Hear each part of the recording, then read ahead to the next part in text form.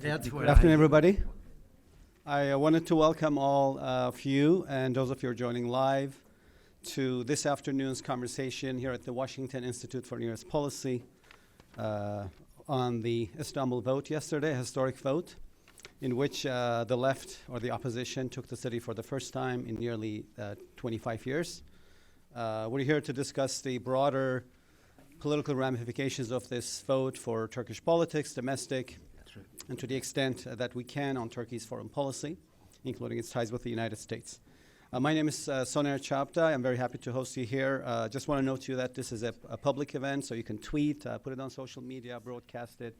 We have people watching us online, so please turn your cell phones off or put them on vibrate. I'm really happy to see a full room of a lot of friends from around town. When we set this event up, I wanted to have it today because I said you need to discuss elections right after, but I have to be honest, I did not expect this outcome. So that's why I think this is going to be it's going to be an interesting conversation, how we got here and where it takes us. Really a dramatic turn of events in Turkish politics. To do this, I'm joined by a panel of top experts on Turkey here in Washington. And I'll introduce them to you, and I'll be speaking as well. So wearing two hats. I'm going to introduce the panel. I'll kick off the discussion, and then I'll turn over to my colleagues, and they'll go in the order that you see them seated to my left. Starting from my left, Liesl Hintz is an assistant professor of international relations and European studies at Johns Hopkins School of Advanced and International Studies.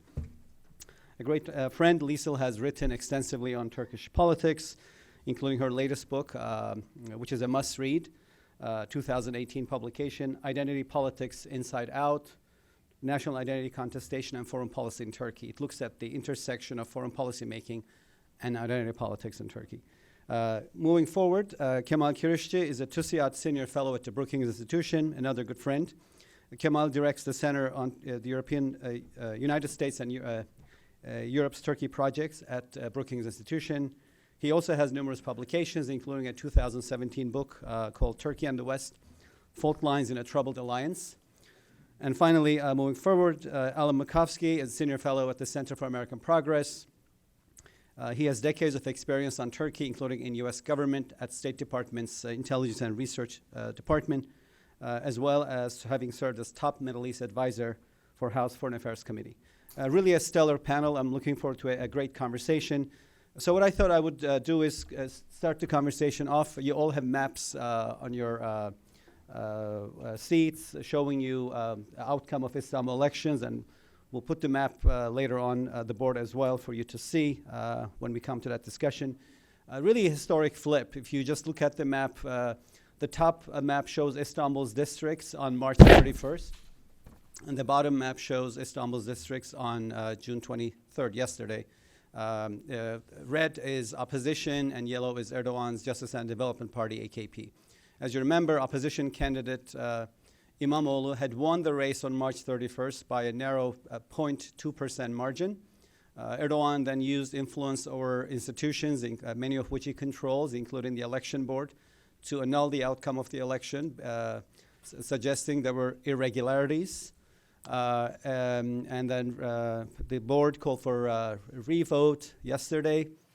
A lot of people thought that maybe Imamoglu was going to win again, but Imamoglu not only won, but won by nearly 10% margin of victory. So it's a really, he increased his margin of victory by 50 times. Nearly 500,000 Istanbulis switched their vote. They went from supporting Yildirim, Erdogan's candidate, to Imamoglu. Another 500,000 people who had not voted for others or had not voted joined, so he gained nearly 1 million votes. That's quite significant. His margin of victory is now about 800,000. So what I wanted to do is look at three things. What this means for democracy in Turkey, this outcome. Who are the winners and losers of this outcome in the broader context of Turkish politics. And also what Erdogan's decision to repeat the election that he lost by a landslide, what it means in terms of Erdogan's decision-making process, what it tells us about how decisions are made in Ankara. The first piece is really the reason I want to put it up front, democracy part, because that's the really happy part. It's really good news for Turkey's democracy. Some people had written it off. I had not. And I'm just happy to repeat it that I think not only democracy is resilient, as we show in this election, because Erdogan mobilized many of the institutions under his control to help his candidate. Although this was a race for mayor, state resources were mobilized to help Erdogan candidate Yildirim. And despite that, of course, not only did the opposition win, but it won by a wider margin. So it's often said that it takes a long time to build democracies. We saw this, as was the case in Iraq. It's true. It's never a short process. It takes decades to build democracies. I will extend this and say it also takes a really long time to kill democracies once they're established. And Turkey, having been a democracy for 7 years, I think it's not only resilient, but also alive and kicking, and hence the shocking quote-unquote outcome in Istanbul. So that's really good news going forward. I'm sure others will bring us down to earth later on. The second part is looking at losers and winners of this election. I'll give you 3 pairs. I'll start with the Kurdish issue. So Öcalan, leader of Kurdistan Workers' Party, PKK, versus Demirtas, leader of People's Democracy Party, a pro-Kurdish political party in the Turkish parliament. A few days before the election, some Erdogan advisors produced a letter written by Öcalan in which Öcalan tacitly asked his supporters to not vote for opposition candidate, but rather pick Yildirim or at least stay neutral. But because the HDP had made a decision to support the opposition, Öcalan's call were basically telling his supporters to not vote for the opposition. We saw that did not happen, the supporters and base of HDP largely voted for Imamoglu once again.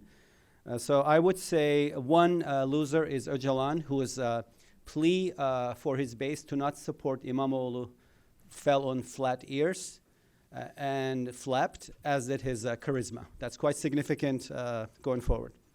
Demirtas is a winner. His plea for his base to continue to support Imamoglu was successful.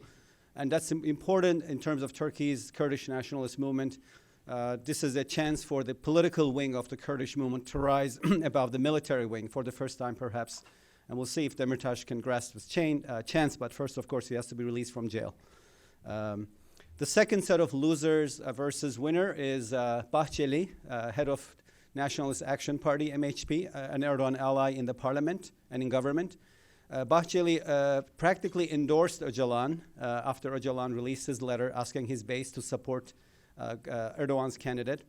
And I think it's going to be really hard for Bahçeli's Turkish nationalist base to ever forget that their leader endorsed the leader of PKK, that Bahçeli often targets as terrorist and child killer. That will probably cripple some of his base, some of whom will, I think, migrate to Akşener. She set up a centrist right-wing nationalist party recently, whose party is entered the election in a coalition with Imamoglu, with the main opposition Republican People's Party, CHP. And I think Akşener will benefit from the erosion of Bahçeli's base. Her party is basically a spin-off from MHP. She's former MHP herself. So with MHP voters turned off by Bahçeli's endorsement of Öcalan, which is going to be hard for them to forget, I think that Akşener is going to be the rising face of Turkey's new right or new right-wing opposition. Important political figure to watch. The third set of winners and losers, Erdogan is a big loser. This is not about national government. Erdogan is still in government. There are no elections for the parliament or presidency until 2023. It's not that he has lost power.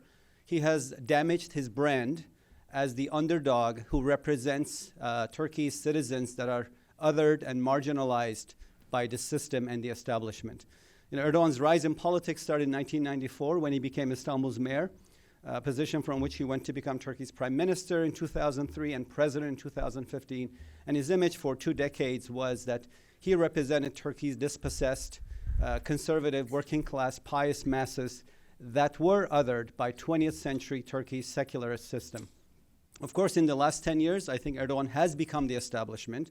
He has won elections, consolidated power, passed an amendment to the Constitution in 2017, which was launched in 2018, turning Turkey's political system into an executive-style presidential system with Erdogan at the helm. All branches of government folded under him, all agencies folded under him. He's the most powerful Turkish politician in Turkey's history of being a democracy since 1950. So he is the establishment. Unwittingly, I think, by canceling or annulling the vote on March 31st, Erdogan created Imamoglu as the leader, the new leader of those citizens in the country who feel dispossessed and othered and marginalized by the system. In the sense that not only was it seen by a broader public, including some Erdogan supporters, that this was unfair and unjust because Imamoglu had won, but also it cast Imamoglu as the new voice of the dispossessed. And I think Imamoglu's winning by a 10% margin, increasing his margin of victory by 50 times, tells us this is how the Turkish electorate thinks as well. So I used to think something I argued in my previous recent book, New Sultan. I just want to make a shameless plug to it. That Erdogan is the underdog. He represents people who are on the quote-unquote other side of the tracks in Turkey. I think that by taking Imamoglu's victory away from him on March 31st, Erdogan has created a new Erdogan, which is Imamoglu. He's the one who now represents the dispossessed, those who feel othered by the system, who are upset by various problems they see in the way Turkey is governed and feel that they don't have a chance to contribute to power or share with it. And so going forward, I think this is a loss for Erdogan. It's a major gain for Imamoglu. Finally, my last point was about decision making. It links to this transition that I spoke about from a parliamentary democracy to an executive-style presidential system. One of the reasons I think a lot of the analysts were surprised by the outcome is that we had all agreed for a long time that Erdogan does not make bad decisions. When he makes decisions, they always deliver what is good for him. And this time, it did not turn out to be the case. He did not win the election, and he lost it by a wider margin than he had earlier. So it looks even like as a worse defeat, given that he has also mobilized state resources to help his candidate. So the issue is how to make sense of this quote-unquote bad decision. I think the root of this problem lie in Turkey's recent switch to an executive-style presidential system that hyper-centralized decision-making in Ankara in Erdogan's palace, folded institutions away or under the palace, in the sense that Turkey's competent institutions, including in foreign policy realm, are no more able to provide policy guidance, but policies made by a small cadre of advisors inside the palace. And Erdogan does not rely on Turkey's know-how extending hundreds of years into the Ottoman Empire anymore, but relying on half a dozen cadre of advisors. My colleague, Dennis Ross, has a trailblazing article, Ambassador Ross. This is written in the Cold War. Something had come up earlier, and I had read it, and I thought I would discuss it briefly for you today. It's called Coalition Maintenance in the Soviet Union. It's an interesting article. It says that decision-making inside the Kremlin was often distorted. What looked like what was good for the Soviet Union was oftentimes what was good for a clique inside the Kremlin, because there were cliques inside the Kremlin that used policy-making process to undermine one another, and that they would cast their decisions as what was good for the Soviet Union or the Communist Party, but decisions ultimately were what helped one group, one person, one clique undermine another person, another clique. And I think Turkey's problem is that it has a similar distortion inside this palace politics, in the sense that it's a small group of advisors, and I think advisors are not necessarily providing Erdogan with the best advice for Erdogan or best advice for Turkey. I'll give you one example, and I'm sure my colleagues will bring others, or maybe they'll refute me. The example I want to cite is that a few weeks into the campaign, advisors of Erdogan in the palace targeted Imamoglu, saying that he was supported by the PKK.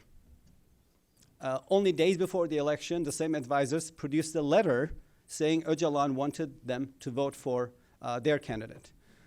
Confusing, alienating for the base, but it also shows you that Erdogan got two opposing pieces of advice. Only one can be good, not both. So clearly, this is not about what was good for him, but I think it's also driven by inside politics. I think that and we can also see whether this applies in foreign policy. Maybe Alan can weigh in on the S-400 issue, because a lot of us are wondering why Turkey would make this decision that could cause a rupture in its relationship with the United States, or perhaps this could be a vantage point to analyze these decisions.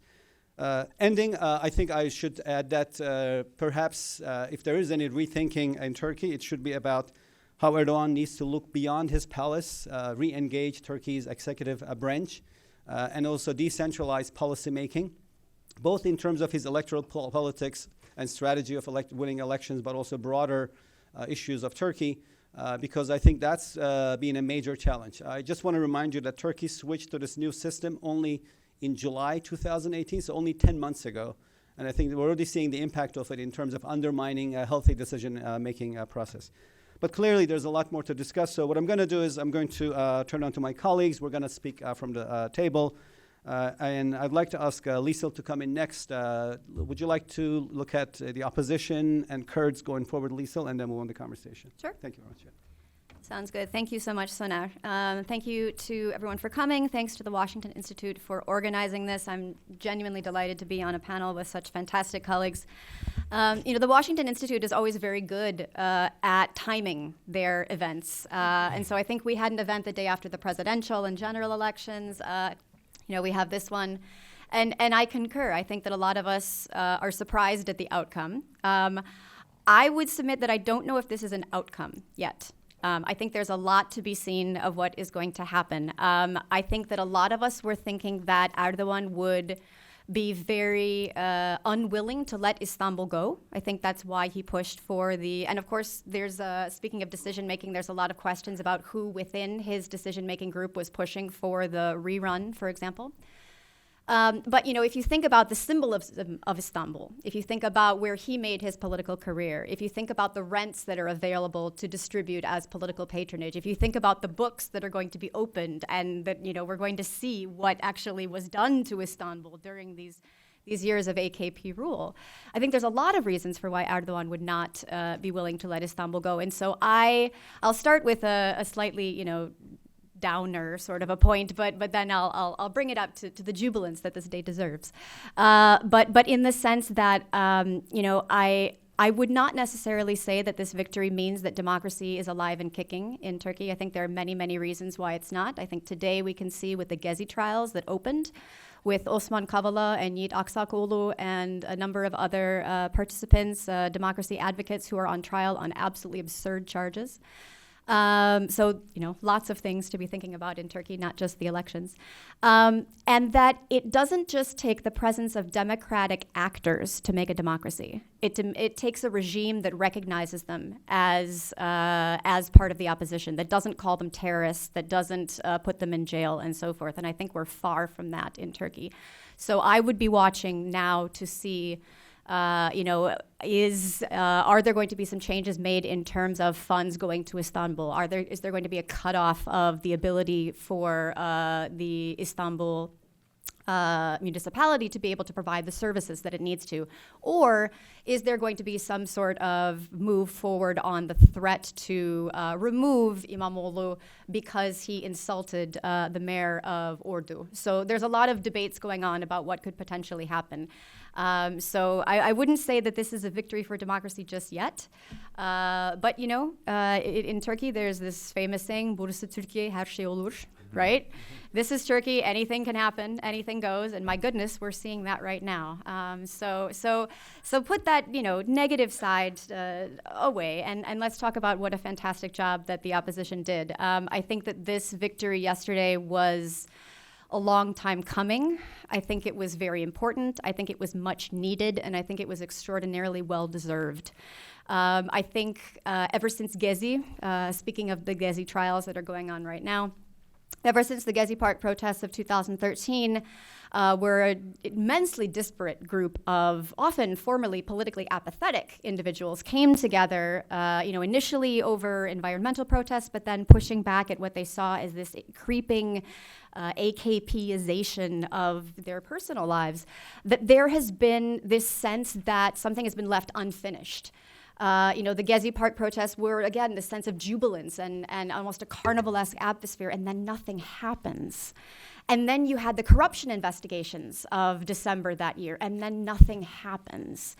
And you had a justice march in 2017, and then nothing really happens.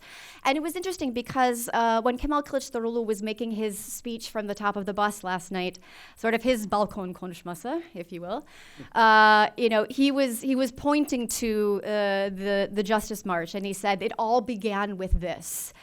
I don't know that Imamoglu's victory all began with the Justice March, but I do think Kılıçdaroğlu deserves credit for choosing Imamoglu, for convincing him to run. He was basically a not very well-known figure.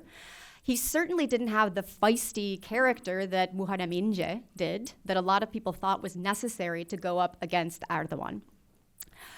But I think there has been this desire, this need, some kind of justification, some kind of victory for the opposition, and I think that's been building since Gezi. So I'm thrilled to see, those who have pushed so much for this victory being able to celebrate it.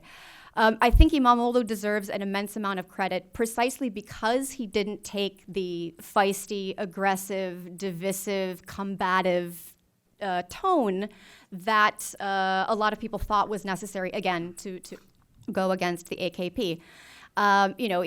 He's very soft-spoken. He's very much focused on unity as opposed to being polarizing and divisive. He speaks quite explicitly about being inclusive in terms of those he wants to bring together. He doesn't rise to the bait. And even when the elections were annulled, the first election was annulled, I remember a journalist asking him, "Oh, so you must be very disappointed. You must be very angry." He said, "I'm excited. I'm looking forward to it." There was this atmosphere of no matter what you can do to me, I'm not going to kind of engage in this politics of hatred and divisiveness and us versus them and polarization that had been so characteristic of politics. There's a video of, he's speaking to a shopkeeper, and the shopkeeper says, "But I know you're PKK. Look, the video shows it." And he says, "Oh, you haven't watched the whole thing. You don't know. You need to know the whole story. You're hearing tidbits and you're hearing rumors, and that's not how you know things." So he really was I think, making an effort not to get caught up in or get even dragged down in the politics of that. I think, and also, by the way, in terms of, to Imamoglu's credit, on the night of March 31st, to again contrast him with what Muharrem İnce had done, he did not leave the television screen. He stayed on television the entire night. He had media meeting after media meeting, and he just refused to let this story die. And I think that a lot of the credit should go to him. In terms of the opposition more broadly, and trying to bring other parties in, obviously was not just CHP. We had the E Party and Meral Akşener's contribution to this. But what I think is really significant as well as important in moving forward is the Kurds' role in all of this. And the fact that the HDP was willing to join this coalition, even if informally, that they were willing to support this, that Imamoglu did reach out and explicitly reach out to them. I think that is not just for this election. Of course, those votes were crucial. But I think in terms of moving forward, if there can be a sort of softening or healing or amelioration of the divides within the CHP and those individuals' views towards the Kurdish question, I think Imamoglu might be the kind of person who can build those kinds of divides. Kind of speaking of party cliques, we know that the CHP has its cliques as well. It has its elite divisions and its sort of internal or intra-party struggles. But I think that this bodes very well. And I also think that if, again, if someone had said that Bahçeli would be criticizing Kurds for not listening to Öcalan, right? That's bananas. That's insane. So I think that Demirtas has, again, speaking of winners, that he has proved this is the second time that he's kind of gone up against Öcalan and stood firm. And so I think that deserves quite a lot of respect as well. So kind of moving forward for the opposition, yes, this is a victory. This is the coming together of people who maybe didn't think that they would vote for the same party. This is a candidate who kind of came out of nowhere. But it was the work of a tireless opposition that has been wanting a victory for so long, that has since Gezi been frustrated that they haven't been able to realize their ambitions. So I do think this is momentous, but I do think it bodes well for potentially healing the Kurdish rift within Turkey. But I think we just need to be a little circumspect about how far Erdogan is going to allow this kind of, upstart challenge to his regime go forward. I'll stop there. Thank you, Liesl. That was excellent. I agree with your point that it's not going to be a walk in the park for Imamoglu.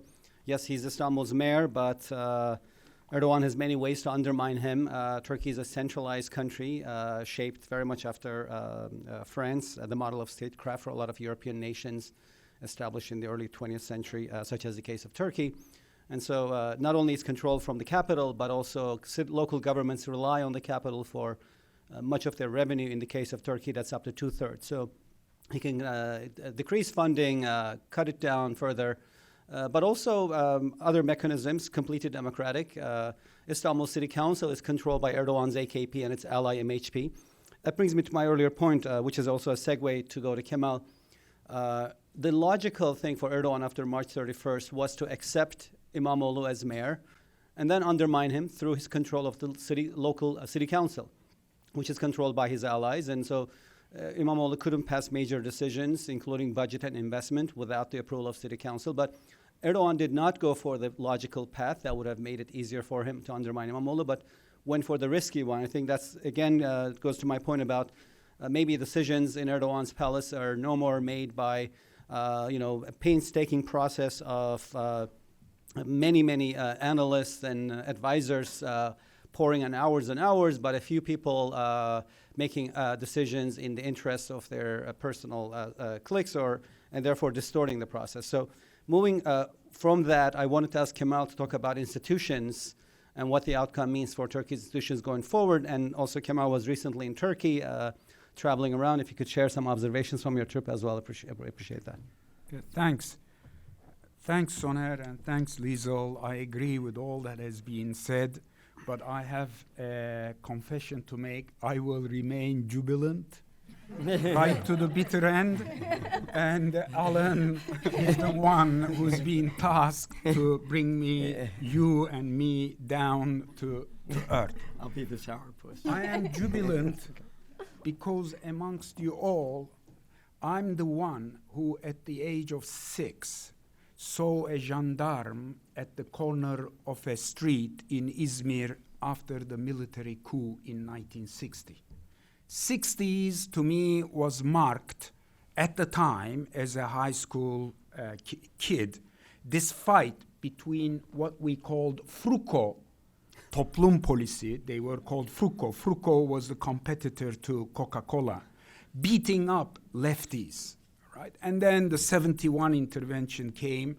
Then Ecevit came to power, and then the left-right fight going on. Luckily, I wasn't caught. I was very blessed by track and field events, so I was spared all that.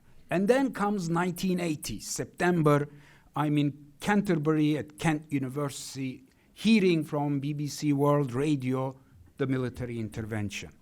And then the 80s, human rights violations, all those ugly things, right into the mid-90s, in between a whiff of fresh air brought by Turgut Özal in the economic sense of the word, but also a painful experience when he made that famous remark about devlet memurları knowing their way, kind of blessing corruption.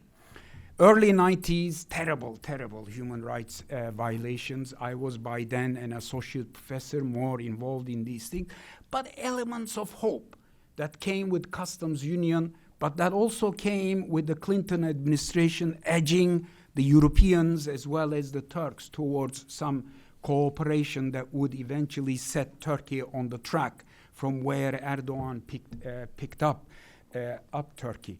1999 Helsinki was what made me then and a lot of colleagues feel jubilant. The rest came, but that it was an Islamist politician who took Turkey from the depths of an economic crisis that was already addressed by the former government to its peak where Turkey is presented as a model, right? And economically it's doing brilliantly. Democracy is liberalizing itself. And then came Liesel's Gezi Parkı, and then off we went into the depths of cauchemar in French, you know, nightmares and a rut. I was depressed. I was hearing news that the outcome is going to be a very unexpected one, but could not afford to accept that analysis until yesterday around lunchtime a phone call announced the results. And I'm feeling jubilant about it, as unrealistic as it might be, because I think this result is unleashing a set of processes in Turkish politics. I will mention what those processes are and go in a little bit more depth as far as the first two goes, which is the institutional part. To me, it's unleashing a restoration of democracy. I'll expand on it. It's a restoration of Turkish institutions as well. It is a reform of CHP. Liesel has touched upon it. I'm a bit uncomfortable with this notion of new Erdogan. I think this Imamoglu is a very different personality. If there's time, I would love to go into the details of that discussion. And it's not also the new left. It's a different phenomenon. It's also unleashing a process that I call restructuring of AKP beyond what it used to be when it got set up. Because in Turkey, and I have to confess that I tried to argue that line too, the notion of going back to fabrika ayarları, the original AKP. I think we're way beyond it as well. The first two, I think restoration of democracy has already started. It's embedded in the remarks by Binali Yildirim and Erdogan himself. They are humbled. I think democracy humbles people, especially when a result is, electoral result, is as decisive as it is.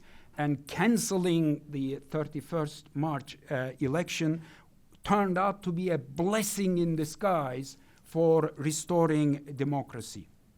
Media is opening up.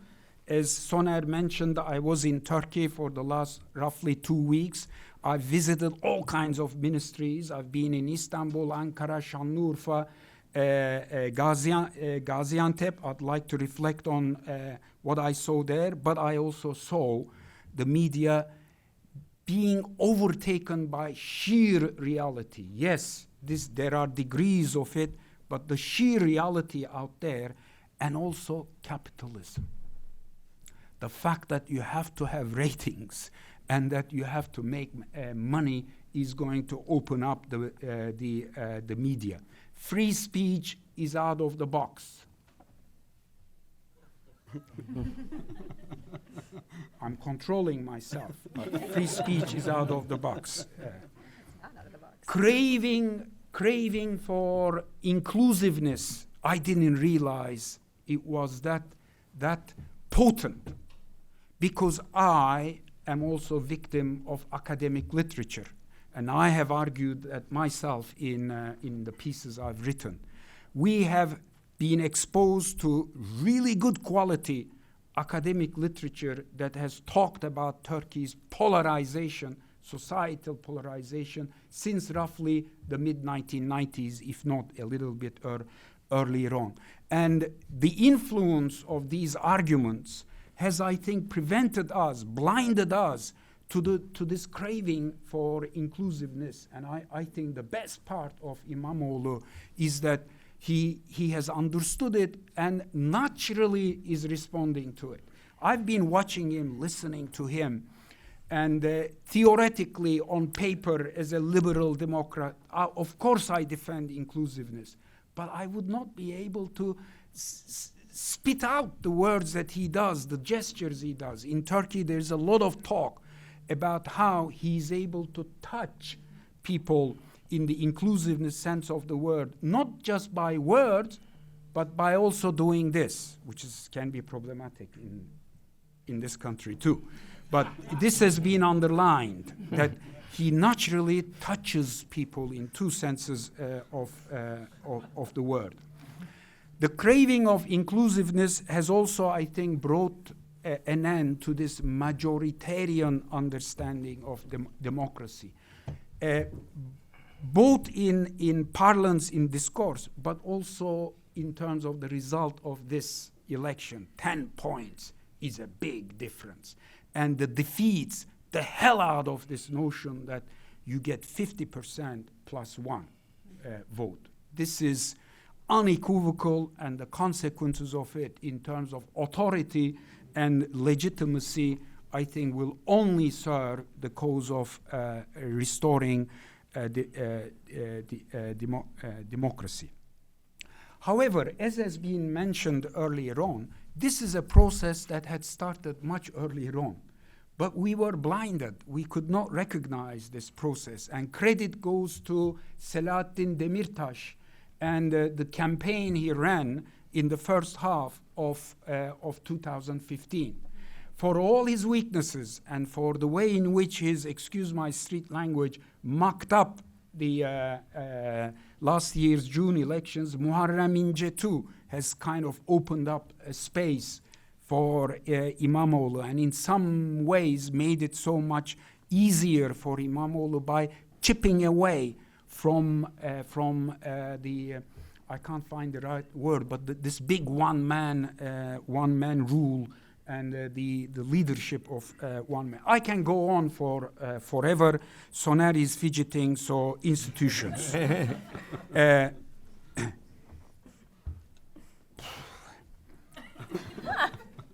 What we are going to be discussing in the coming weeks and months that is going to help restore democracy the way I try to describe it is also the way in which the AKP-Gülen alliance did so much damage to Turkey's institutions, especially the blessed, and I'm insisting on it, the blessed Turkish state. That alliance, I don't want to go into the details, you're aware of it. Many here have published about it. Then there came the coup attempt, and the way in which that coup attempt, I mean, Kuleli Lisesi, right across from where I taught for 25 years, from one day to the other, its status was changed. It was an Ottoman institution, not to mention other aspects of the Turkish military and other bureaucracies. Then came the referendum in April 2017, dumping a 70 decades long parliamentary system with all its checks and balances, blessed with problems, but still checks and balances, coalition for formation. And remember all the slogans that came with, from now on, everything was supposed to have been fine. When a little bit publicity, I'm wrapping up, Soner, please allow me to be what I'm trying to be right now. It's a really special time for me as far as I go. Turkey and the West. It was only when I was writing that book at this age that I realized how the Turkish state is product of the Ottoman Empire, how its institutions were taken over onto the Turkish Republic. And I realized how the very individuals who took Turkey into the Western Alliance and decided on democracy were all Ottomans across the board, as junior officers or diplomats. This is very important to appreciate. We talk in Turkey about üç H'ler, the three H's.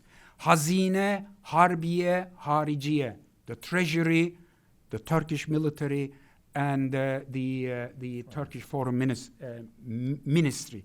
These are the institutions that kept this Turkish Republic and its preceding Ottoman Empire where they were. They have been severely damaged, brutally damaged, cruelly damaged. But over the last 10 days in Turkey and in April, I think I've been to practically half of the ministries that exist, all kinds of institutions, not to mention NGOs and IGOs. I am so relieved to see that the human capital is still there. There are still people, women including, who have inherited that tradition. And for them, the rule of law, the notion that as a bureaucrat, you operate by the book and not by the instructions of one big man, is there and is alive. And I am convinced that this process is going to bring them back into life. The tough bit is how to transform the setting up. And I think Alan is going to bring me down to earth on how viable that is there. Thank you. Thank you, Kemal, for this very passionate conversation. I do agree with you that inclusivity is the driving force in Turkish politics, and I wanted to, wearing my hat as a moderator again, comment on Imamoglu's victory speech. So in Turkish politics, it's very common when a politician wins an election, they go on and then kind of in throwing roses to Turkey's diversity, they go through a list of ethnic groups and they say, I'll be representing everybody, and you know, Turkey's the rump nation of the Ottoman Empire, so a lot of Muslim ethnicities, not just Turks, were expelled from Russia and the Balkans in the 19th century. So Turkey includes Bosnians and Albanians and Crimean Tatars and Circassians, and every politician, when they win an election, they go on and they say, I'm going to be the president of Bosnians, Albanians, Circassians, and Kurds. And Imamoglu was the first leader in recent memory that I remember who went on and said, I'll also be the mayor of Jews and Armenians and Greeks and others in this city. So I think this is a recognition of the cities and countries through diversity. And I think in Turkey, of course, democracy is not when you protect large groups, but it is when you protect small groups that can protect themselves. Very good.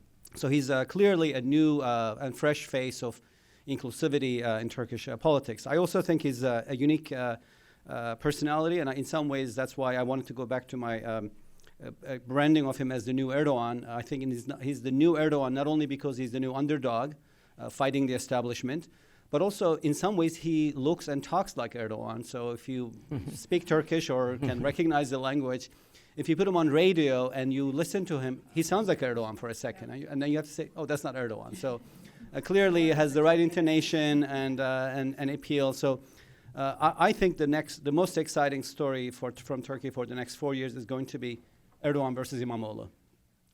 Regardless of where Istanbul goes, Erdogan can limit Imamoglu's tenure in Istanbul, but I think it's an interesting race to watch.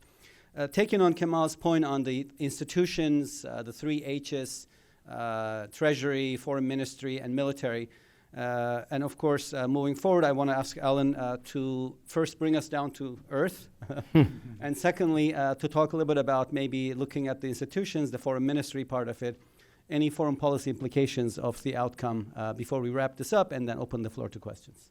Okay. Great. Well, I guess my assigned role, it appears, is to be the grump here, the skunk at the picnic, so, which is a role that sadly comes quite naturally to me. So, look, I'm not taking issue with anything that anyone said. This was a very important election. It was clearly the margin of defeat was about the economy, but the difference between the March 31st result, which was the squeakiest of squeakers, and this result was a rejection of Erdogan and his manipulation of the system. And there was one of the poll services that I like, Metropol, which called the election accurately. According to their poll of 2 weeks ago, 13% of people who had voted for Yildirim on March 31st were planning to switch votes. And that includes chunks of AKP voters and MHP voters as well. So yes, it was a rejection of Erdogan, and right in line with everyone on that. I guess where I depart from a lot of the media coverage is that there's a lot of talk, well, Erdogan is badly damaged and there will be new elections. Turkey will probably have to go to new elections later this year or next year. Again, nobody on the panel said this, but a lot of the media coverage has. The reality is it's virtually impossible to get to new elections under the new presidential system. And I think people need to understand this. There's only two ways to get to new elections under this new system. One is the president can call new elections at the snap of his fingers. He'll never do that because this is also part of the new system. Any new election means the end of the presidential term. So he cuts his own term short if he calls elections. He won't do that. Now remember, presidential and parliamentary elections always have to be held together under the new system. Very unusual system, unique in the world. The second way you can get to new elections is through a parliamentary vote. But this is not like the old parliamentary system where you get 50% plus one of parliament, and which is in effect the vote of no confidence, and you go to new elections. You need 60% of parliament to go to new elections. That means to prevent new elections, obviously you only need 40% plus one.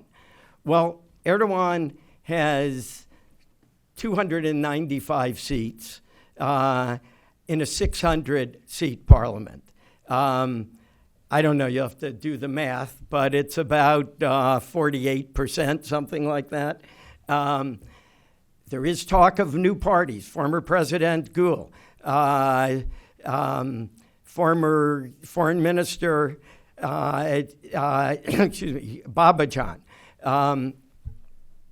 reportedly, and also former Foreign Minister Davutoglu is also in the mix there, in the rumor mix of forming new parties. Something is clearly, I think it's well established, something is actively being discussed.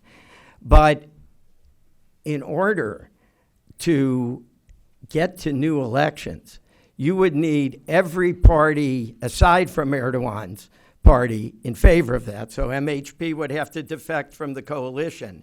And then you would need 55 of these 295, if my math is right, to defect from Erdogan's coalition. Now, there may be a few defectors in there, but Erdogan has been forming lists. Remember, he forms these lists. Nobody gets into parliament under AKP without his express approval. Now, maybe he can make a mistake about somebody. You know, maybe somebody slipped in there who's not really loyal to him. But I would be shocked if over 15%, because I think that's what it would be, of his delegation would prove to be sufficiently disloyal to him that they would go to new elections that he doesn't want. So, look, I think, you know, partly, so why am I mentioning this? I mean, not only to be a grump, though I think I got the box checked, right? I did. Okay. All right. Good. All right. I just want to make sure I didn't disappoint my host.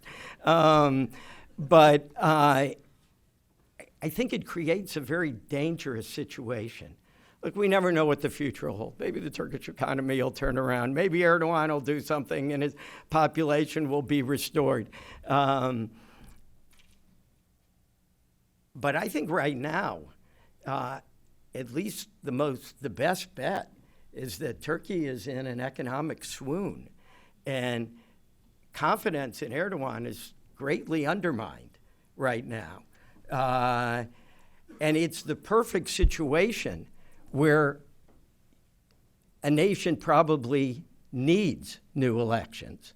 That traditional parliamentary system, I'm sure there would be a lot of clamor for new elections. But In this one, I don't see how it happens. Now, you might say, okay, so the next election that's scheduled is not until June of 2023. That's a long time from now, and it's a long time it's a long time for a country to be in stasis. This is a very stultified system that Erdogan has brought into being. And I do worry that in a situation like that, and given Turkey's history, which is not without violence and coups and all kinds of extra-legal action, that it could become a formula for extra-legal action. Coup, I don't know, perhaps Erdogan himself doing something extra-legal, something with militias. I don't know. I'm not predicting it. I'm just saying that this system creates a circumstance in which it's very hard for Turkey to find a way out. Now, I know, by the way, we also have a system where the president has a 4-year term, obviously, unless he's impeached or dies. But impeached and found guilty. Okay, I just want to make clear, I know my Constitution. But at least every 2 years, we have congressional elections. So there's an opportunity for a mid-course correction. Turkey, as of right now, has none, barring a major defection, an unlikely major defection from AK Party. And I think it's a worrisome situation. Okay, foreign policy, I'll be very quick. Look, the election was about, the overall election was about economics, and secondarily, this phase about rejecting Erdogan's manipulations. It wasn't really about foreign policy. In the first round, March 31st, Erdogan did try to make it about foreign policy. He said it was an existential issue for AK Party and MHP for their coalition to succeed. That talk ebbed considerably on this round. I guess there's two issues regarding foreign policy, and it's speculative. One is, what do we think of Erdogan's judgment? I think he's made a lot of domestic stumbles. Shocking for a guy that used to have a political Midas touch. I think ever since Gezi, or as maybe we're calling it today, Liesel's Gezi, Park in protests in 2013, which he could have handled so much more effectively, I think he's made a lot of mistakes. The presidential system itself, it seems to me, is a blunder. This man, perhaps even running for president, was a blunder. This man could have been prime minister for life. For life. AK Party is still by far the #1 party in Turkey. He has made a lot of blunders, and I think this second election in Istanbul, yes, perhaps the margin was surprising, but I think polls showed immediately it was a mistake. And the big mistake was that so many people were angry about it, including people that normally vote for Erdogan's party.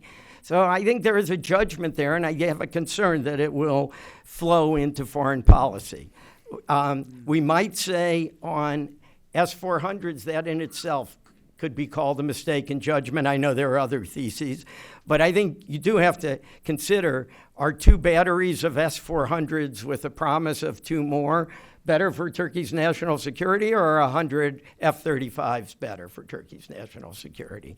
So, I think there is a concern about blundering. Second concern on foreign policy, look, before the previous 3 elections, before March 31st, there was some kind of military action. I want to give credit to my colleague Bülent Ali Riza for pointing this out in one of his pieces several months ago.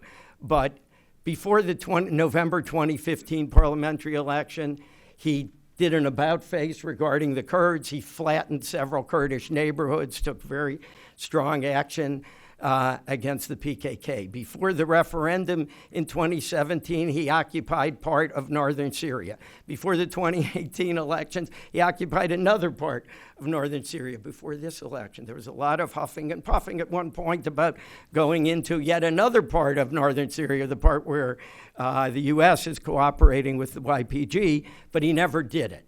And he didn't do it before March 31st. He didn't do it before June 23rd. The threat, the frequency of the threat has diminished too. I am somewhat concerned that he thinks that the way back to popularity is a rally round the flag, aggressive action. And I do fear that this time it would likely be in the Eastern Mediterranean. But where already a crisis is brewing over exploration rights. But I'll leave it at that, and I hope that's it. Thank you, Alan. Definitely a lot of food for thought, for discussion. So before I open the floor for questions, I know there's quite a bit waiting. I wanted to take an opportunity to ask a couple of questions to the panel. This is also your chance to respond to what any of us has said. Agree, disagree, push back. Would like a good debate here. One is, both questions on party system. One is your views on news that a splinter from within AKP might be forming, led by former President Gül and Economy Minister Babacan. Do you think this has any legs to go, and where would it go if it did? And second, on the Kurdish issue, kind of tying to my earlier analysis, and I just wanted to perhaps for you to push back or test what I said, that this was a loss for Jalan, gain for Demirtas, meaning a gain for the political wing of the Kurdish movement in Turkey. And I think that's significant because I often think of the Kurdish movement in Turkey, because it's secular and nationalist in nature, as being akin to the Irish nationalist movement or the Basque separatist movement. But the one difference, maybe using the Irish case, is that whereas in that case, the political wing, Sinn Féin, was first, and IRA, the military wing, came out of it. In the Turkish case, the military wing, PKK, was first, and the political wing, the HDP, came out of it. So typically, you could have peace talks with Sinn Féin because IRA would listen to Sinn Féin, and it worked in Northern Ireland. But it was hard to have peace talks in Turkey because your political interlocutors were not the people who called shots. It was the military interlocutors, and their raison d'etre is military action. So how do you do peace with them? So is this a chance for a new opening that will empower HDP and Demirtas, and so perhaps elevate the status of the political wing of Kurdish movement, and therefore maybe provide a platform for a peaceful solution? We can go in any order you guys would like to take it, or as I said, this is also an opportunity to respond and to push back on anything you've heard. Lisa, do you want to go first? Sure. Yeah. I think, building on what Alan said about, I think it was Alan saying, clearly talks are going on in terms of who might be forming a new party, who might be breaking off. But to be completely honest, we've been talking about Abdullah forming a party for like how many years now? And Davutoglu, to me, was picked by Erdogan because he wasn't a threat, because he didn't have a strong base, because he doesn't have that strong charismatic personality. He's a mousy intellectual and not a very good one at that. But I would say that there's a concern about, are there going to be ways of bridging those divides, and will anyone actually be able to bring both the sort of the social base and also the financial capital to be able to challenge the AKP. In terms of voters who've split from the AKP, one of the things that, and this came up before the March 31st elections, that I think was really significant was, you'd see these interviews of, you can tell I watch a lot of interviews of like folks on the street, and so many of them are, headscarfed tazes, like elderly women, who were clearly part of the AKP's pious conservative base. And they say, you are in your 1,100 room palace and you're drinking your dragon fruit smoothies, and we are standing in line for 2 hours for bad onions, and you put your son-in-law in the Ministry of Finance and Treasury. So I think that there was a clear sense of the economic concerns, the inequality, and I think the corruption that I think supporters have not been willing to acknowledge previously. If you look at AKP voters after the March 2014 elections, which of course was 3 months after the December 2013 allegations. Some people were saying, well, maybe there was corruption, but that's what a leader does. That's just what needed to be done in order to be able to. So there was a forgiving of that, and I think that has run out. So I think that's important from the party-based perspective. On the Kurdish question, I think one thing that has become clear, and I think this has implications for the future of the peace process, is that the Kurds cannot be easily won over by empty promises. They've, as I've said before, they've seen that film before, right? The Kurds have been made promises, and they've had the AKP turn their backs on them.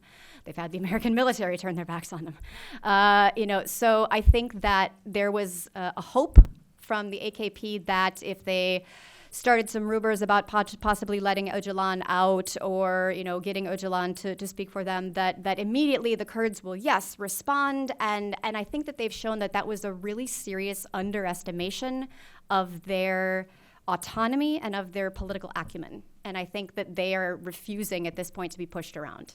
So I think Demirtas has come out again. I agree with Soner. He's come out a winner in this. I think if he were ever to get out of jail, the struggle might be between Demirtas and Erdogan. But for now, as things stand, I think between Imamoglu and Erdogan makes sense. But I think the Kurds have really demonstrated their autonomous nature, which I think needed to be shown to, in a sense, earn respect in the political system. And I just wanted to weigh in that I think what was significant in terms of Imamoglu's campaign, other than his truly inclusive rhetoric and strategy, as well as his Erdogan-like relatability, I think what also helped him win the elections in terms of switching many voters. I think he got 800,000 new votes. Half of those came from AKP voters, turned off by what happened in Istanbul, and they didn't think it was fair. And there are half of those who had not voted before, first-time voters, and I think, or people who came back to the ballot box. He was asked a number of times, or given an opportunity a number of times, to demonize the Kurds, and he did not do that. And I think that was significant. He didn't equate HDP's supporters with terrorists or with PKK, and he basically shied away from that. I think that was probably one reason why the HDP's base stayed along. So that also, I think, in itself was a refreshing movement, because a lot of people thought this alliance would not hold. So it'll be interesting to see when Demirtas is released from jail, the Demirtas-Imamoglu dynamic. That'd be a debate I would want to see. Yes. Kemal, Bey, you're next. Yeah. The only two small points I'd like to add to what Lizel has said about possible splinter parties from AKP is that it's very difficult to see where they would fit in the political party spectrum of Turkish politics. That's, I think, a major challenge there. A second point has to do with Imamoglu. And my point about one of the processes that we will be observing in the coming few years is CHP's transformation. CHP's difficulty for the past couple of decades was its inability to adjust itself to a society that at its essence is very muhafazakar, we call it, very conservative, but not Islamist. This is what we also learn from these last two elections, if not the previous ones. And this is where I kind of disagree with the new Erdogan analogy for Imamoglu.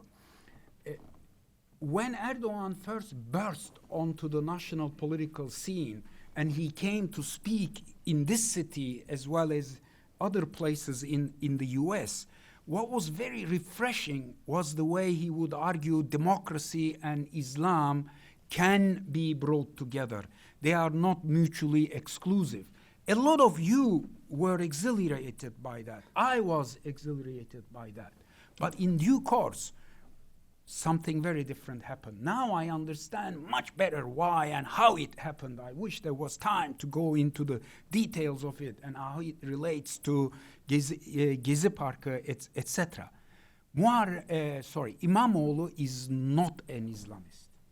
He's a true believer, very comfortable with Turkey's conservativeness, and he makes it very clear. And he is also extremely comfortable and very at ease with Turkey's Republican values. He means it when he talks about Atatürk and whatever that represents for people like us. And he marries that comfortably. That's very important. And I think the splinter groups and these political parties to emerge or fail to emerge will interact with what happens with JHP and how it deals with these issues. If things go as jubilantly I would wish it to go, we could see the base of JHP really expanding.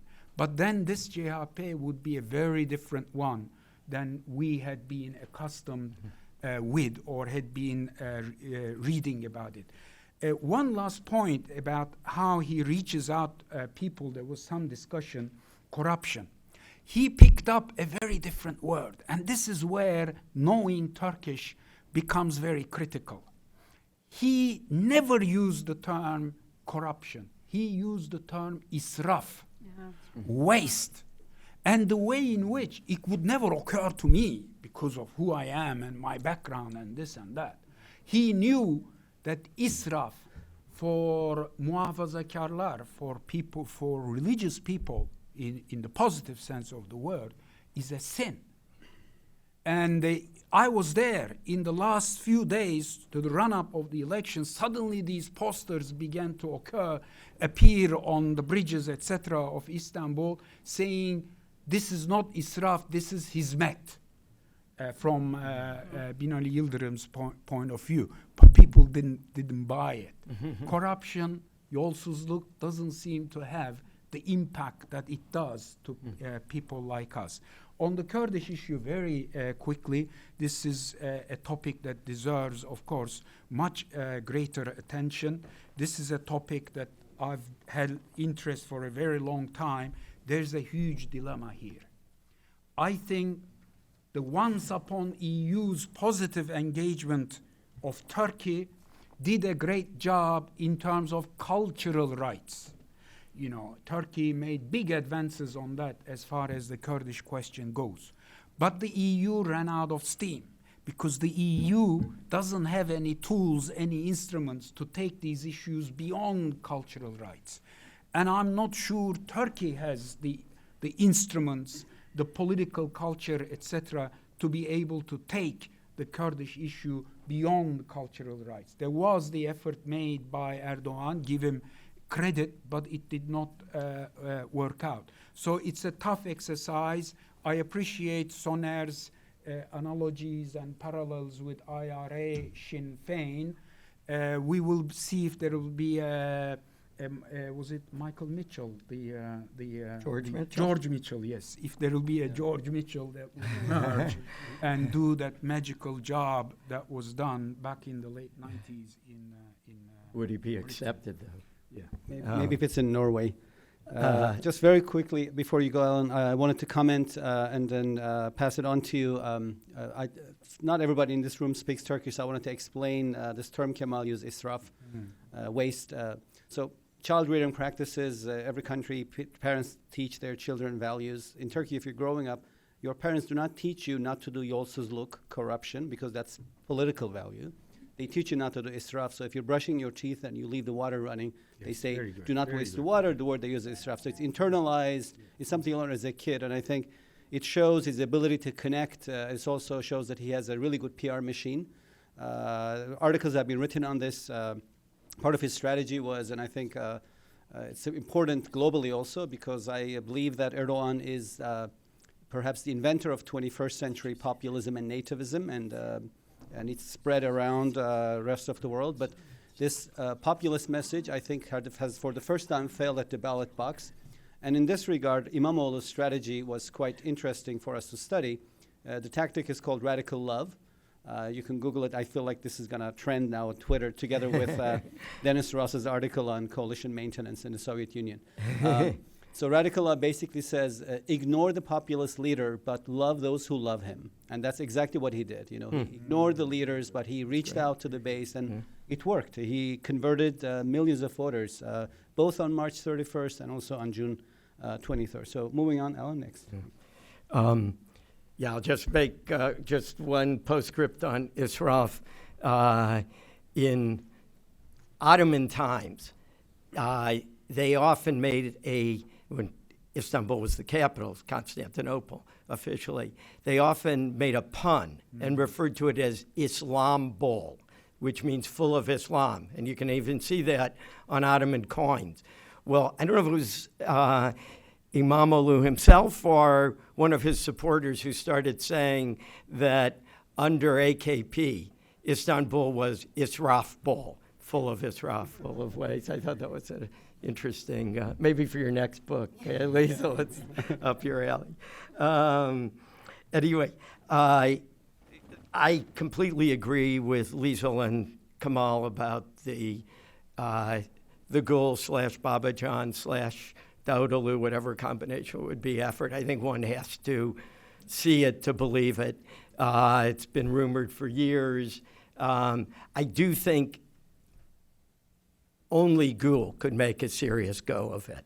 And I'm skeptical that even he could. But if he's traditionally been very reluctant, some would say timid, about challenging Erdogan. But if the party is led by one of the others, I think it will be have a negligible impact, if it is formed at all. HDP, one has to wonder how sustainable this coalition would be at a national level. This worked great in Istanbul in a municipal election. A significant part of CHP, which is itself a coalition of schools of thought, is very nationalist and would not be able, and probably would not be very compromising on the Kurdish issue. Perhaps it's evolving. I think that, I wonder about HDP's strategy. It's clearly they just wanted to defeat Erdogan. That's clear. But what was the longer-term strategy? It may have been they just want to cut Erdogan down to size and hopefully still work out some kind of deal with him. I think it's unlikely. I think both sides have gone too far. But I don't necessarily see a great future for HDP working with CHP. I just want to say one thing about CHP. I think we have a unique situation now. I'll be happy to be corrected, where the leader of the party is no longer the most prominent person in the party. It's very unusual in Turkey. Usually you have one guy who's calling all the shots and he leads the ticket. And if you're thinking, oh, maybe Erdogan in 1994 when he won Istanbul, no. Actually, the big news that year, and I'll pull rank on age here, was the sweep by the Islam-oriented party led by Necmettin Erbakan. It was big news that they won Istanbul. I think in some ways it was seen as symbolically more important that they won Ankara. But Erdogan was not yet known, and he did not emerge as bigger than Erbakan. And in fact, Erbakan, as many of you in the audience know, went on to get elected prime minister. CHP has a party convention coming up early next year. I think it's in February. It could be delayed according to their rules for up to a year. I don't think Imamoglu will challenge Kılıçdaroğlu. No, I do not think that. Yeah. However, he will be seen as extremely influential, and he will be able to call a lot of shots.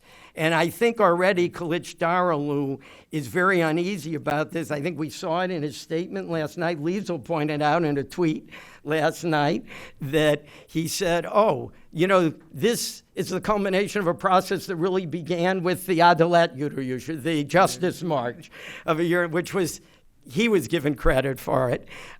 He also then, he mentioned Imamoglu briefly, but he actually mentioned Mansour Yavaş, who got elected mayor of Ankara first, and gave just the briefest of mentions to Imamoglu. So I think this is going to be a very awkward dynamic as it plays out, and there's a lot more to say about it, but I know we're And I short would of also add, I think that, of course, it's not going to be an easy ride for Imamoglu. Not only Erdogan's party and their allies control Istanbul's provincial council, so they could slow down a lot of his policies and make it difficult for him to implement them.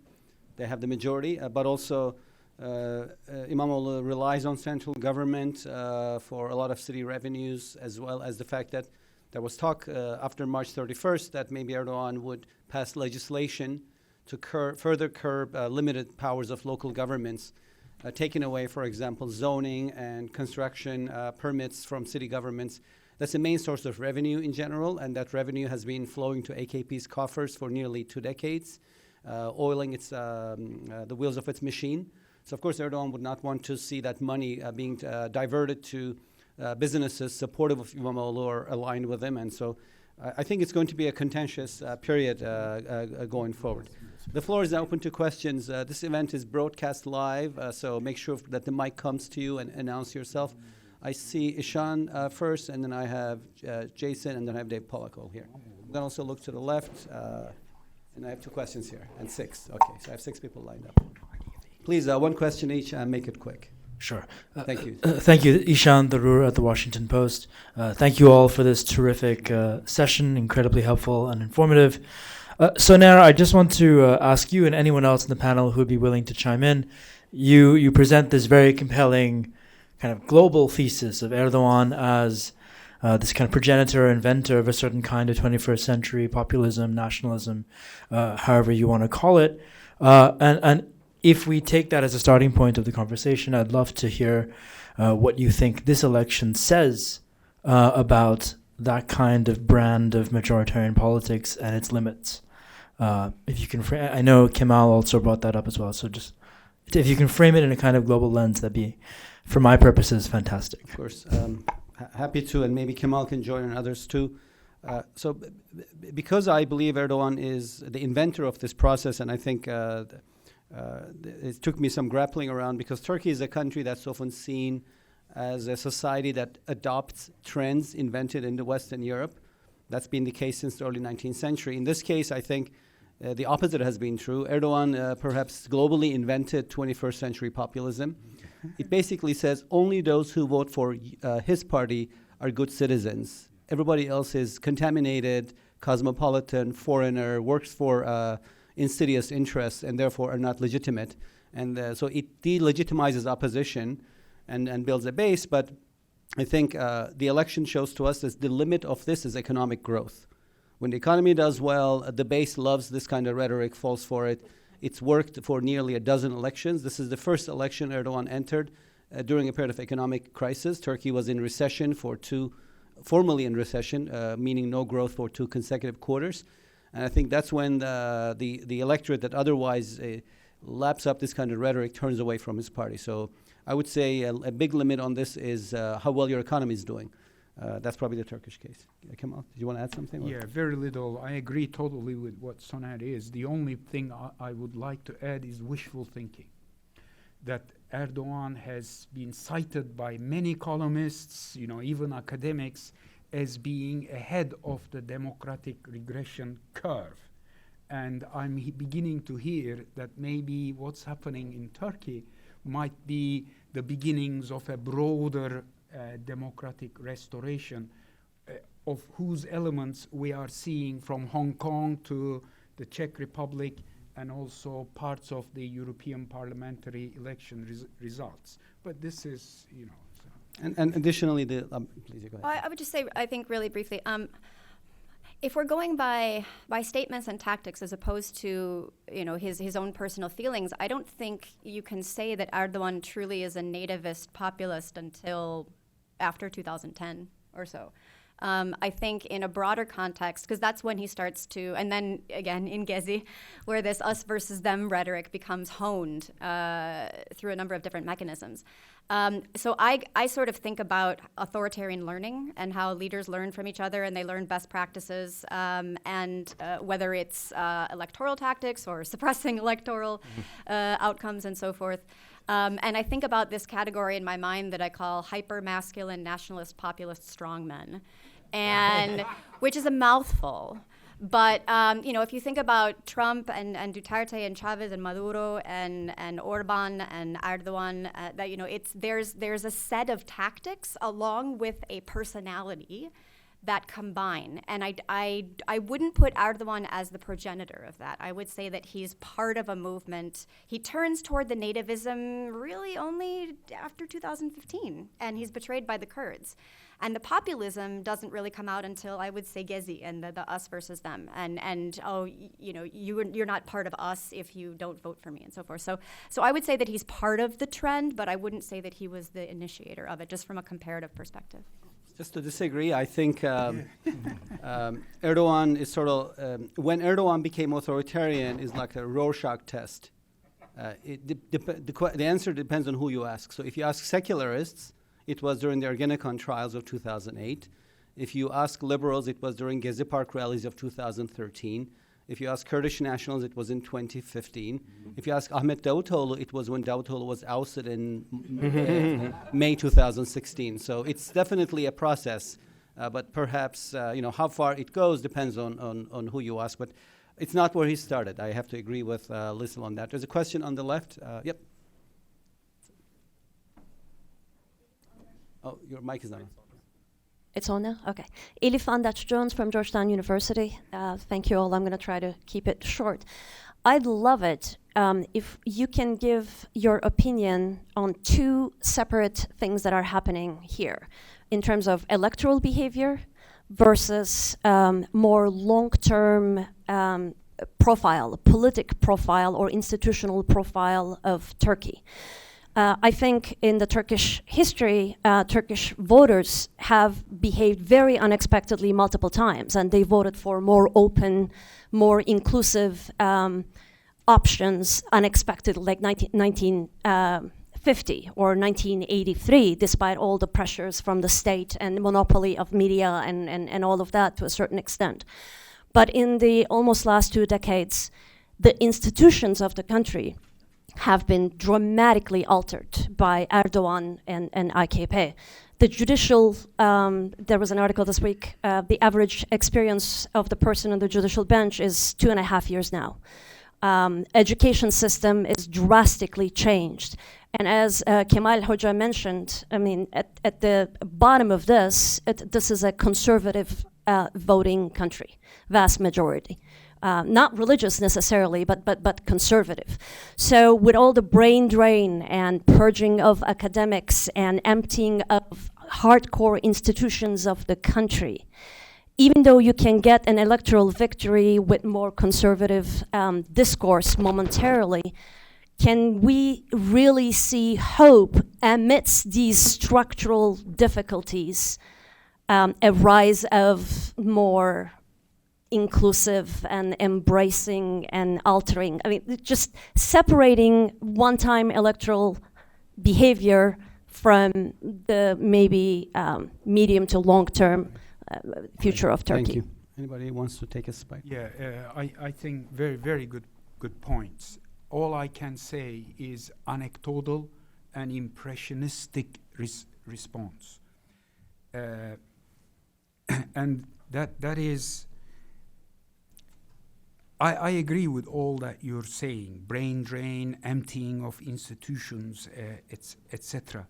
But on the basis of the interactions I have had over, let's say, a year, and also input I receive from former students, former colleagues, people who are actually inside the bureaucracy, and now in Turkey there's a very lively NGO scene, and I've interacted intensely with those who are working on the Syrian refugee issue. I still see a huge capital out there. In spite of all that you have seen or you've said, and I'm just hoping that that is going to help Turkey to come out from the rut that it has fallen into or been pushed. So now one point I'd like to squeeze in, which I failed to make in my opening remarks. I told you about 1960 onwards. And each time Turkey fell into a rut, it was either the military took it out, supposedly, or the United States played a critical role in the early mid-1990s, late 90s, and then the EU. But this time, I think Turkey is going to hopefully come out of this rut on its own steam, and that's going to be very critical, also in terms of that trend that I was referring to. I hope I'm not proven wrong. Did you want to? No, I'm just going to go. Do you want to wait? I do have something to say, but I'll wait. Go ahead, because I know. I have 4 questions waiting. I want to take them in pairs. Jason and Dave Pollock, very quick, please, and then I'm going to come to the side. I'm trying to be bipartisan. Jason Epstein, South 5 Strategies. Thanks to all for informative and entertaining presentations. I guess I have a question for Alan. Alan, hello. Oh, sorry. Hi. I'm always with you. You're talking about Albert Pujols, no doubt, right? Alan, very impressive presentation, but 2 names have been left out. We've talked about AKP outsiders, but Berhad Albayrak, Suleiman Soylu, rumor has it that they were the ones who really pushed, along with Bacheli, pushed Erdogan to this point. There's talk that Erdogan didn't want to redo. So I'd like to ask where you see them within AKP going forward. How have their stars fallen, and if so, by how much? Thank you. Yeah. And then I have Dave Pollock next. Mike in the front here. Thank you. Yeah, hi. Dave Pollock from the Washington Institute. I'm jubilant about the restoration of the image, at least, of Turkish democracy. But I'm worried about foreign policy. And I wanted to ask, Alan, you said something about maybe Erdogan would be tempted to recoup some of his popularity by some aggressive foreign policy move. How did the rest of you see this? And what are you actually predicting in the short term, at least, about Turkish decisions on imminent critical issues like Syria and the S-400s and all the rest of it? Thank you. Thank you. Alan, I guess it's your turn. So Okay. we'll start with Look, I'm not inside AKP, but I talk to people who I believe are at least close to AKP circles. My understanding is that Soylu and Albayrak, while extremely influential with Erdogan, are unpopular within the party. Soylu, of course, is clearly, and it came from outside. He wasn't an original AK Party guy. Were Erdogan suddenly to disappear from the scene, I don't believe that Soylu or Albayrak would be anywhere. So I think it would be much light. Then I think the Guls and some of the others I mentioned might have Babacan. Might, in fact, Bülent Arınç would actually be a good bet as somebody who would take over the party, I think, who was a founder, fell out of Erdogan's good graces, and is now partially back in. Whether Soylu and Albayrak's stars have fallen with Erdogan because of bad advice, I can't tell. Personally, I think Erdogan is more or less going to continue on the same course because I don't think there's much receptivity for him on the other side. So I think his authoritarian populist course, he does have a core of supporters, and I think that's what he'll do. Could I make, regarding your question, which I think is very important, I think what's happened to the judiciary, which has never been exactly right in Turkey, and the brain drain, all of the extremely important points. I do want to say that I think Erdogan has left a legacy, and I'll just cite, no matter what happens, even were he to say goodbye today. And I'll just illustrate that with a couple of anecdotes. I mean, one is a poll that my institution, the Center for American Progress, did last year, which I commend to you, really. It's about the attitudes towards nationalism and religion. But one poll question stood out for me, and that was agree, disagree. Turkey is a natural leader for the Muslim world. Not surprisingly, it had a very high agree, and in the high 80s, I believe, for the AK party. But what struck me was that about 60% of CHP agreed with it, whereas the old CHP would have said, Islamic world, get me as far away as possible. And I think that's one element. I was also struck during the debate between Imamoglu and Yildirim that Imamoglu more or less boasted that when he was district mayor, he still was district mayor, he said that he never introduced alcohol into any municipal facility. He never introduced mixed gender swimming pools. I'm sure that raised some CHP eyebrows. Now as Kamal said, he comes from a conservative background. His father was in Turgut Özal's party. But he had to reassure voters that he is not going to roll back some of those gains made under AK party. And I think to enjoy rakı, Yeah, right. So I'll leave it at this. Very quickly on the foreign policy part, I don't necessarily predict a crisis, and I hope it doesn't happen, but I think going back to this analysis of hyper-centralization of policy decision-making and what is framed as good for Turkey is not necessarily what is good for Turkey. So I would say, kind of looking as an historian, since the early 19th century days of the Ottoman Empire, Turks had a policy of having good alliances with a Western power to keep the Russians out of the Bosphorus. Throughout the 19th century, that ally was United Kingdom. In the interwar period, it was France. Post-World War II, it was the United States. A rupture with the United States over the S-400 issue would fall Turkey under the historic nemesis. So it's a strategic disaster for Turkey. It can't be good, but it's still being pushed, and I think it can only be explained through the machinations of palace politics, though it is framed as what is good for Turkey and what is good for Ankara. I have two final questions. Very quick point.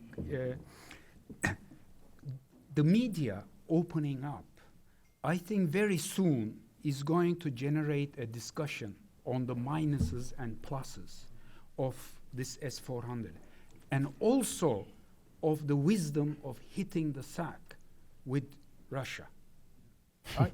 To add to Soner's point about history, Turkey won wars against Russia only twice in the last 200, 300 years. Crimean War with the West and the Cold War.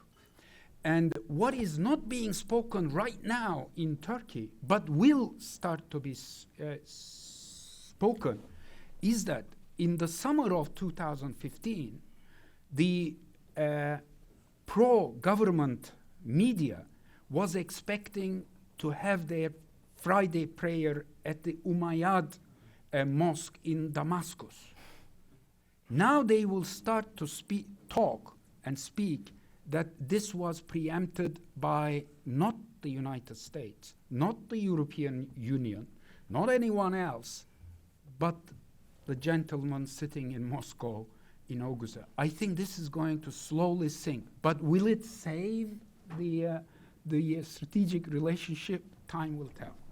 Can I really quickly? So it depends on whether you define this as foreign policy or not, but one question that we haven't talked about yet today is the Syrian question. And it's one of those issues that, often the West, I think, is very praiseworthy of the CHP and yay, they're, opposition and democracy and all that good stuff, but they've taken a very harsh line, very harsh stance against Syrians.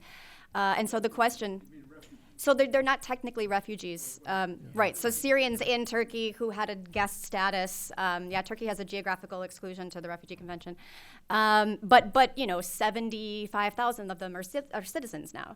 And so I think one of the questions of Imamoglu's inclusivity, I should say, is going to be the extent to which he can make Syrians a part of that, because there's a strong, I don't know exactly the best way to articulate this, but there's an anti-Syrian, in some cases anti-Arab, anti-Muslim world feeling amongst a lot of CHP members that I think is going to be difficult for him to bridge. He has, to his credit, said, I won't ban them from, beaches, for example. He was asked a question about this. We should not allow Syrians on particular areas. And he said, no, I wouldn't do that. But I do think it's going to be tough for him to bridge that. Right. Final, before finishing, we're almost out of time, so I know Giran has been waiting. I'm glad you decided to ask a question, Giran. Giran is a representative of People's Democracy Party, HDP, in Washington, D.C., and then one final, we're good, okay. So your last word. Hi, Sonia, thank you very much. So I do want to make 2 points then. The first being, as the representative of the HDP, the second being made as a Kurd. The first is that, throughout Demirtaş's name was mentioned a lot, and rightfully so. And one of the things that I think there is a danger of is this unfiltered internalization of the AKP's discourse on Demirtaş being pitted against Öcalan. And I think as someone who's in prison right now, the right thing for me to do was just give you Demirtaş's statement that came out 2 days after Öcalan's statement was read, because he's someone that just doesn't want that to happen, him being pitted against Öcalan. And his statement, I think, goes a long way to actually addressing that. And it was actually released on Twitter 2 days ago, in which he says that I will stand with Mr. Öcalan in all his efforts for democratization and peace. No one should doubt that I will work tirelessly for his success, and no one should value these like-minded efforts in pitting us against one another. I think that has to be mentioned because the HDP is a grandchild of the Kurdish political existence that Öcalan founded in Turkey. So that dynamic that Öcalan, the role that he plays in that Kurdish political existence should be understood very well. And the AKP, especially what the AKP has been trying to do for years now, is pitting him against Kandil, pitting him against Demirtaş and the HDP. That's just so far from the reality of the internal dynamics of the Kurdish political movement in Turkey. The second one being whether Öcalan is a loser or not in this election. He got Bahçeli to support him publicly in Turkey.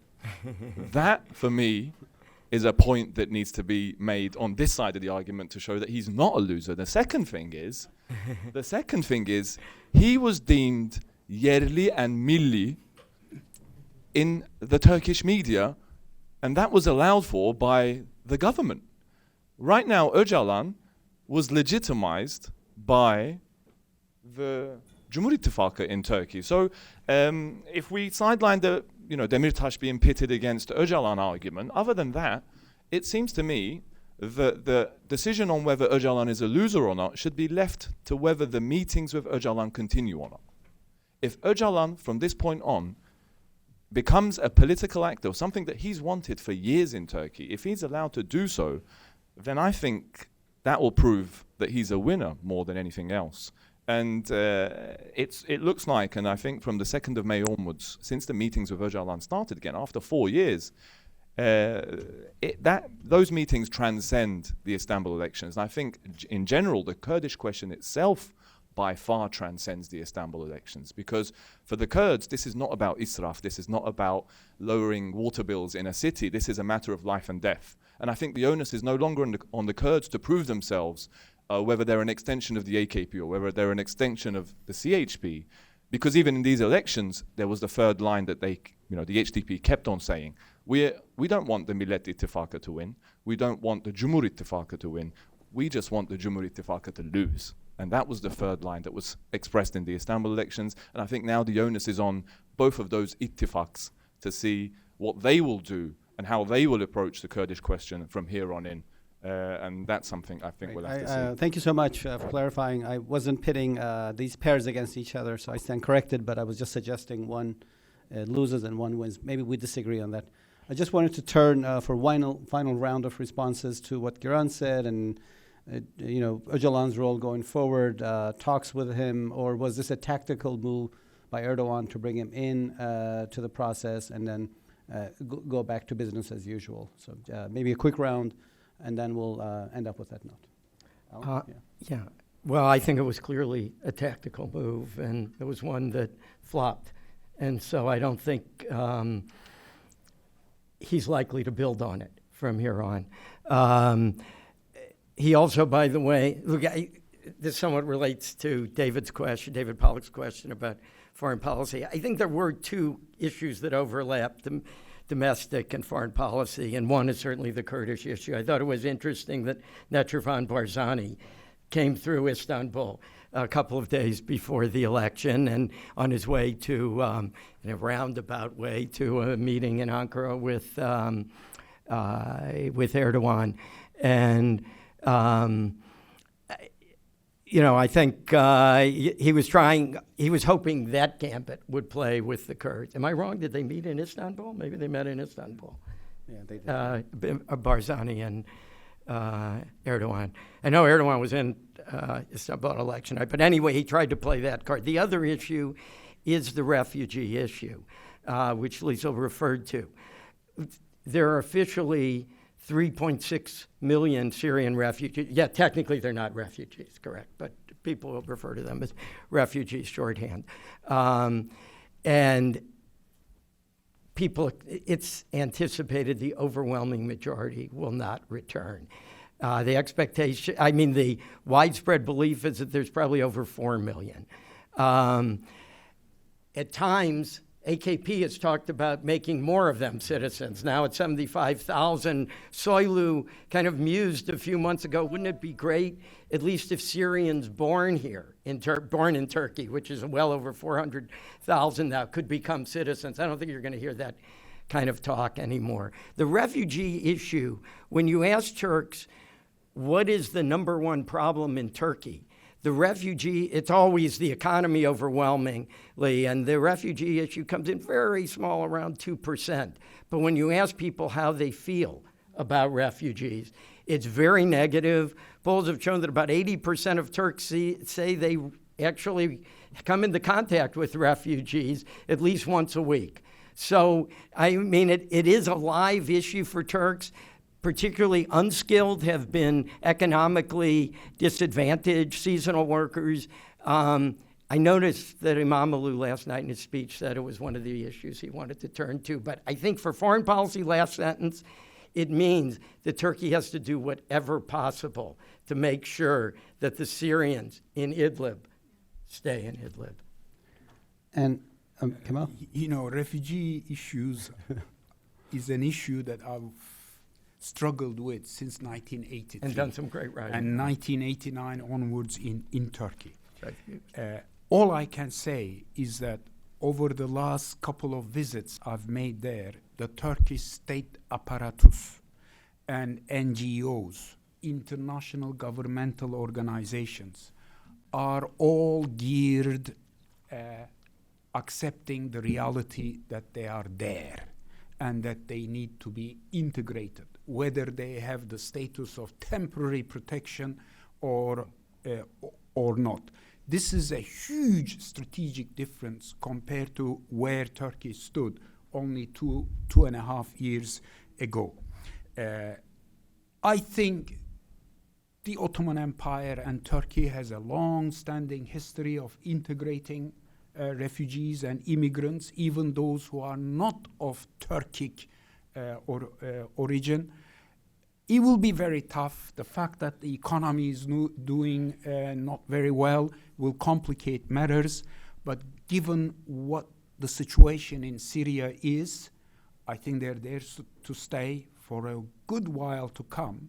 But what will be critical, and this is what I'm working on, is to get the global compact on refugees to support this process. The international community and the EU has to give a helping hand going beyond what the case is right now.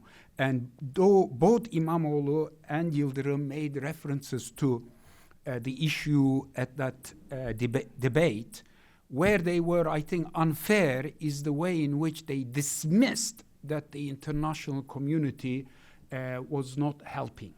Is not helping enough, but it is helping.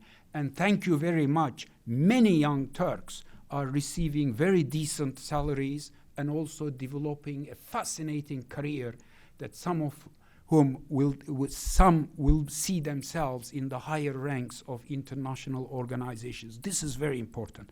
On Göran's point, I love the London accent coming from an HDP representative.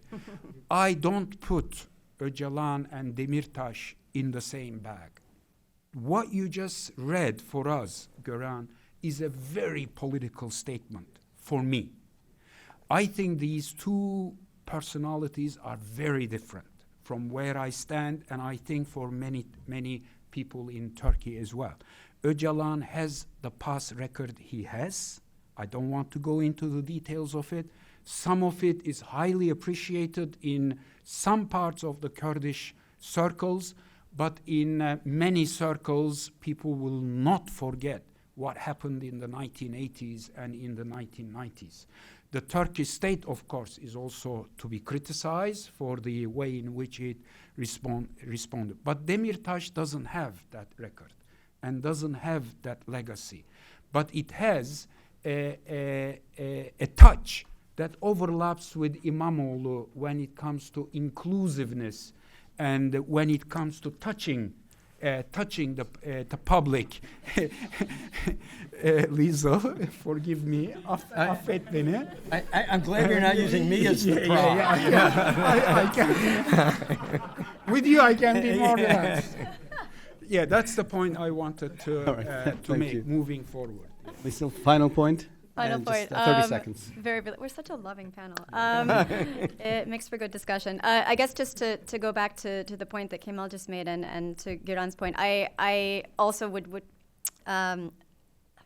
I do think it's important, while it's important to recognize that it is the media and Erdogan who were trying to pit them as being against each other, that Demirtas has gently stood up to Öcalan several times, and once was in 2015 about the presidential project, and I think this time was another example.